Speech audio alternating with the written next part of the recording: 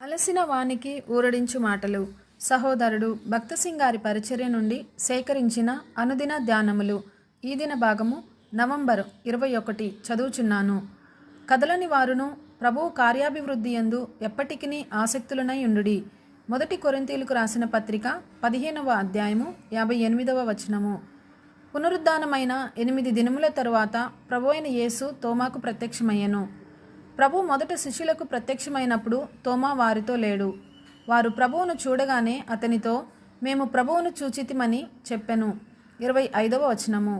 తోమా అవిశ్వాసముతో, నేనాయన చేతులలో మేకుల గురుతును చూచి నా వ్రేలును ఆ మేకుల గురుతులలో పెట్టి నా చెయ్యి ఆయన ప్రక్కలో ఉంచితేనే గాని నమ్మనని వారితో చెప్పెను. అందువల్లనే తోమా కొరకు ప్రభువు మరలా ప్రత్యక్షమాయెను. ఆయన శిష్యులు మరలా లోపల ఉన్నప్పుడు తోమా వారితో కూడా ఉండెను. తరువాత తోమాను చూచి, నీ వ్రేలు ఇటు చాచి నా చేతులు చూడుము, నీ చెయ్యి చాచి నా ప్రక్కలో ఉంచి అవిశ్వాసివి కాక విశ్వాసివై ఉండమనెను. ఆ మాటలకు తోమా ఆశ్చర్యముతో, నా ప్రభువా, నా దేవా అని ప్రత్యుత్తరమిచ్చెను. యేసు తోమాతో, నీవు నన్ను చూచి నమ్మితివి, చూడక నమ్మిన వారు ధన్యులు అనెను. కాబట్టి మనం ఆయన పునరుద్ధాన శక్తిని, ఆయన వాక్యమును చిన్నబిడ్డ వంటి విశ్వాసముతో నమ్మినప్పుడే పొందగలమని చూచుచున్నాము. అంతేగాని మన ఆత్మతృప్తి కొరకు మన సొంత అనుభూతులపై కానీ, సూచనలపై కానీ, కలలపై కానీ ఆధారపడకూడదు. చాలామంది విశ్వాసులు దేవుని శక్తిని పొందుటకు ఆధ్యాత్మిక వృద్ధికి సూచనలపై ఆధారపడుదురు. ఫలితముగా వారు ఆత్మీయముగా గొడ్డుబారిపోవుదురు.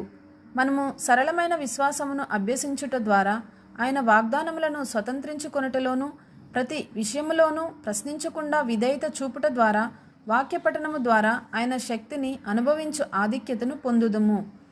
పిమ్మట మన ప్రభు ఆరోహణము కాకముందు బేతనియలోని తన శిష్యులకు ప్రత్యక్షమయ్యెను. లూకా సువార్త 24వ అధ్యాయము 50వ వచనము. ఆయన వారికి, మీరు సర్వలోకమునకు వెళ్ళి సర్వ సృష్టికి సువార్తను ప్రకటించుడి అని చెప్పెను. అప్పుడు వారి కన్నులకు కనబడకుండా ఒక మేఘము ఆయనను కొనిపోయెను. ఆయన వెళ్ళుచుండగా వారు ఆకాశం వైపు చూచుచుండిరి.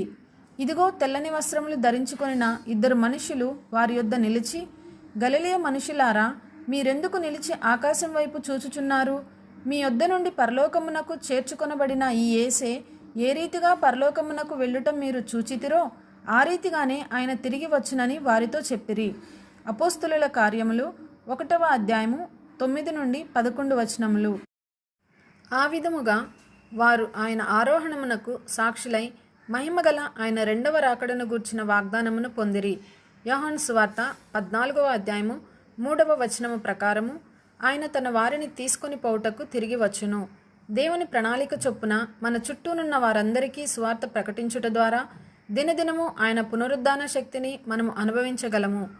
మనము ఆదివారము ఆరాధనలో పాల్గొనుట ద్వారా, క్రమముగా నమ్మకముగా రొట్టె విరుచుట ద్వారా, ఆయన 2వ రాకడకు సిద్ధపడుటకు, ఇతర విశ్వాసులకు సహాయము చేయుట ద్వారా కూడా ఈ శక్తి అధికమగును. ముగింపు మాటలు. నేటి దినవాక్యం ద్వారా ప్రభు మనలను ఆత్మీయముగా నడిపించి సహాయపడి సమృద్ధిగా ఆశీర్వదించునుగాక. ఆమెన్. Praise the lord.